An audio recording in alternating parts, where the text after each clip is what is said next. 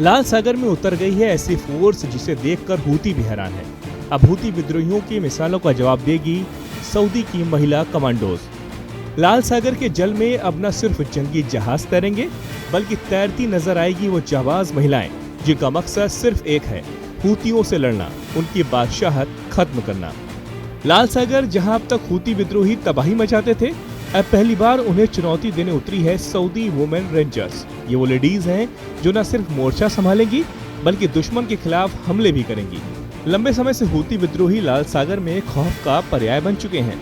Yemen के in Iran समर्थित विद्रोहियों ने न केवल सऊदी की सीमाओं को निशाना बनाया, बल्कि अब उन कार्गो जहाजों को भी टारगेट कर रहे हैं जो इजराइल के सहयोगी देशों के हैं। कुछ ही दिन पहले हूतियों ने धमकी दी थी कि जो जहाज इजराइल से व्यापार करेगा उसे समुद्र में जला दिया जाएगा।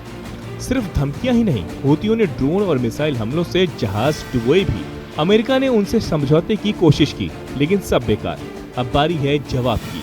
अब मोर्चे पर है वो महिलाएं जो सिर्फ बंदूक नहीं, हिम्मत और हौसले से जंग लड़ेंगी। सऊदी अरब ने लॉन्च किया है वुमेन रिजर्व कॉर्प्स, जिसे खुद क्राउन प्रिंस मोहम्मद बिन सलमान ने रेड सी इनिशिएटिव के तहत मंजूरी दी है। रिजर्व कोर की कमान महिलाएं संभालेंगी और फिलहाल इसमें 34% महिलाएं फ्रंटलाइन पर तैनात की गई हैं। 2030 तक 100% महिला संचालन का लक्ष्य है।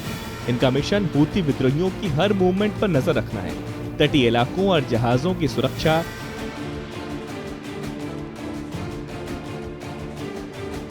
समुद्र में सघन निगरानी और स्पेशल ऑपरेशंस के लिए तैयार रहना। जिस लाल सागर पर आज जंग का साया है, वही सऊदी की इकोनॉमी लाइफलाइन भी है।